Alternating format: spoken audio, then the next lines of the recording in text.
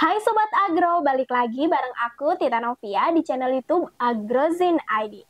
Sebagai umat muslim, hendaknya kita percaya akan munculnya akhir zaman atau hari kiamat yang kita sendiri bahkan Nabi Muhammad SAW tidak mengetahuinya ya Sobat Agro. Tapi Allah Subhanahu wa Ta'ala melalui Al-Quran dan hadisnya sudah menerangkan beberapa tanda-tanda munculnya akhir zaman. Salah satunya adalah Ya'juj Ma'juj. So, dalam video kali ini aku bakalan bahas tentang Ya'juj dan Ma'juj. Kita langsung aja ke videonya. Let's go!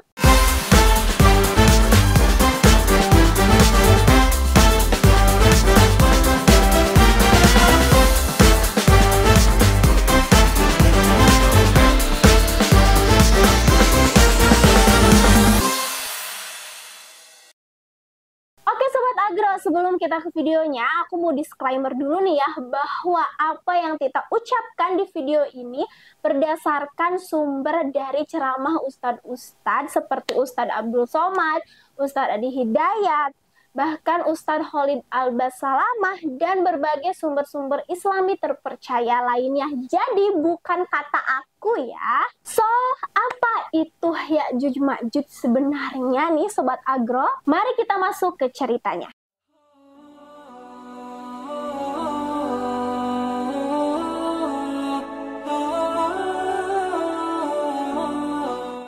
Sobat Agro, keberadaan atau tentang Ya'juj Ma'juj ini memang masih menjadi misteri ya, tapi nih berdasarkan salah satu buku yang berasal dari Mesir itu menyebutkan di dalam bukunya ini nih, namanya bukunya adalah Ya'juj Ma'juj juga kan Sobat Agro. Nah Sobat Agro, terkait dengan Ya'juj Ma'juj ini memang masih menjadi misteri ya. Walaupun Al-Quran sudah menjelaskan tapi tidak bisa secara eksplisit atau keseluruhan begitu ya. Tapi nih Sobat Agro, dalam sebuah buku karya Syekh asal dari Mesir yang bernama atau yang hasil bukunya ini dinamai judulnya Ya'juj Ma'juj juga, bahwa Ya'juj Ma'juj ini erat kaitannya dengan kisah Zulkarnain. Wah, siapa ya Nabi Zulkarnain ini? Nah, titel seorang Nabi Zulkarnain ini memang juga masih menjadi perdebatan.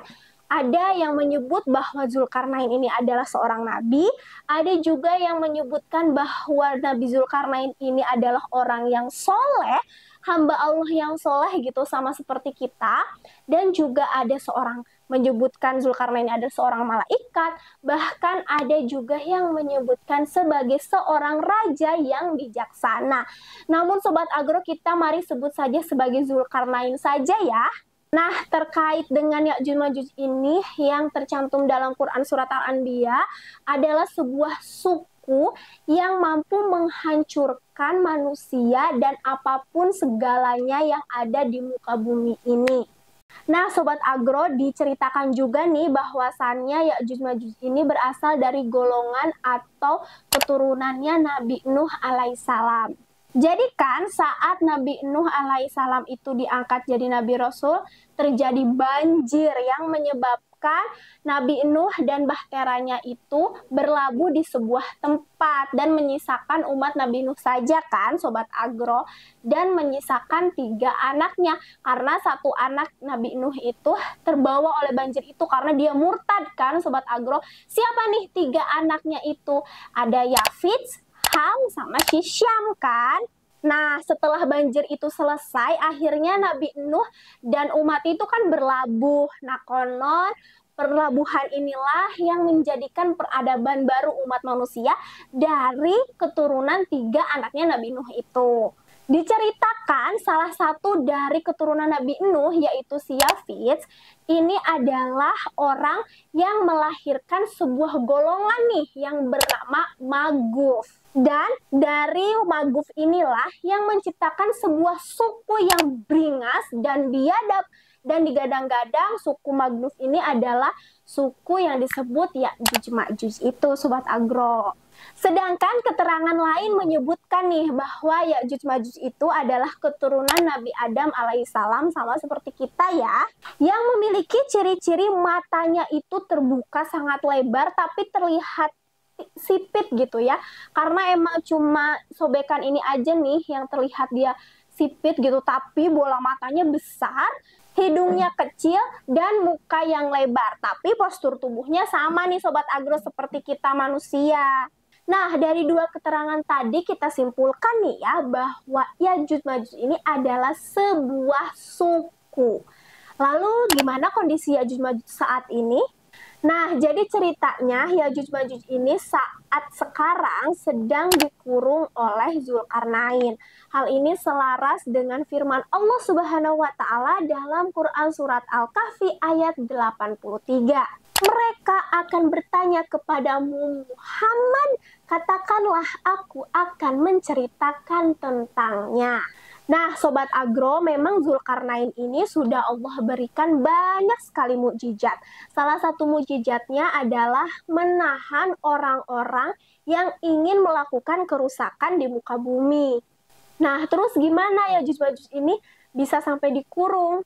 Jadi Zulkarnain ini sudah diberi kekuasaan oleh Allah Subhanahu wa taala ya Sobat Agro, dimulai dari memiliki wilayah-wilayah kekuasaan yang pengikutnya itu sangat setia kepadanya, terus juga beliau dibekali persenjataan senjata yang hebat dan juga dibekali kecerdasan yang tinggi.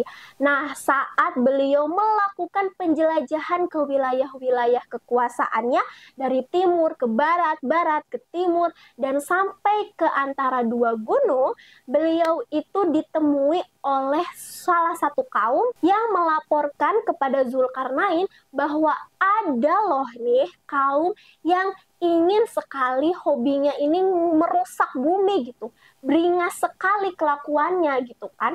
Jadi kaum ini curhatlah kepada Zulkarnain, tolong dong Zulkarnain untuk membinasakan atau gimana gitu agar kaum ini tuh tidak merusak gitu kerjaannya, kurang lebih seperti itu ya. Nah, karena anugerah atau mujizat-mujizat yang sudah Allah berikan tadi, kaum itu akhirnya dikurung di sebuah tembok, dan tembok itu dibangun oleh Zulkarnain bersama kaum itu dan juga pengikut-pengikut setianya. Akhirnya dibangunlah tembok yang besar dan kokoh yang terbuat dari besi dan tembaga untuk menjadi penghalang antara kaum itu dan kaum yang beringas ini yang digadang-gadang sebagai Ya'juj dan Ma'juj. Dan akhirnya Ya'juj Ma'juj tidak bisa melobangi atau melompati tembok yang dibangun oleh Zulkarnain ini. Lalu di mana ya Sobat Agro letaknya si tembok besar atau tembok raksasa yang mengurung Ya'juj Ma'juj ini? Nah, terkait keberadaannya ini banyak sekali teori-teori yang beredar luas. Salah satunya adalah teori dari salah seorang ahli sufi atau ahli tafsir yang berasal dari Arab Saudi. Tepatnya di salah satu buku Holy Quran gitu menyebutkan bahwa lokasi tembok tempat dikurungnya Ya'juj Ma'juj ini ada di Samarkand. Selain itu, menurut Asy-Syaikh Abdurrahman As-Sa'adi menyebutkan bahwa tembok besar itu berada di belakang pegunungan Kaukas atau Kaukus. Kenapa dipercaya? Karena deretan pegunungan ini memanjang tanpa celah, Sobat Agro. Dari Laut Hitam hingga Laut Kaspia sepanjang 1.200 km. Dan terdapat bagian kecil serta sempit nih yang disebut celah Darial.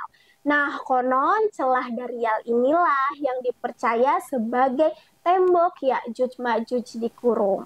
Bahkan nih Sobat Agro, ada yang berpendapat bahwa tembok Ya'juj Ma'juj ini adalah di tembok besar China. Tapi nggak semua panjang tembok besar China itu adalah tempat dikurungnya Ya'juj Ma'juj ya, tapi di bagian-bagian tertentu gitu.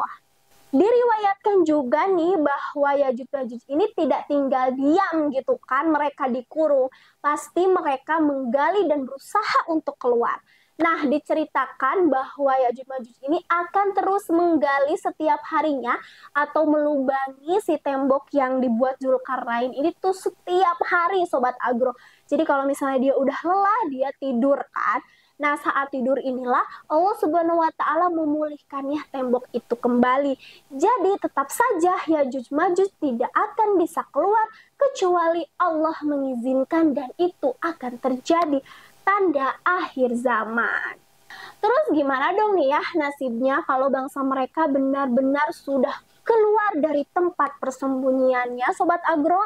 Nah, setelah mereka diizinkan Allah Subhanahu wa taala untuk keluar, mereka akan langsung merusak di bumi, membunuh semua orang yang ada di bumi tanpa terkecuali Sobat Agro. Bahkan diriwayatkan bahwa kaum mereka akan turun dan menyelimuti semua permukaan yang ada di bumi.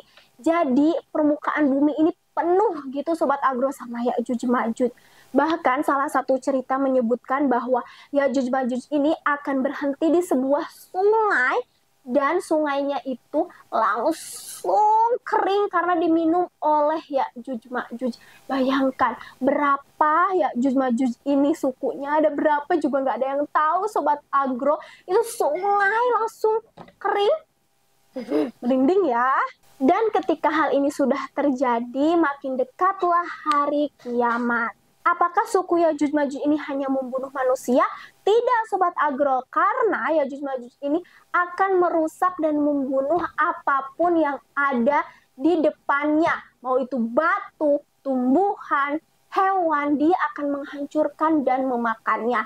Nah, pada saat kehancuran bumi inilah Allah Subhanahu wa taala mengizinkan Nabi Isa alaihissalam untuk berdoa kepada Allah Subhanahu wa taala untuk membinasakan Ya'juj Ma'juj. Lalu Nabi Isa alaihissalam pun berdoa kepada Allah Subhanahu wa taala untuk membinasakan kaum Ya'juj Ma'juj ini, dan Allah kabulkan. Dan pada saat itu Allah Subhanahu wa taala akan menurunkan hama ke setiap diri Ya'juj Ma'juj itu kan, agar mereka semua mati.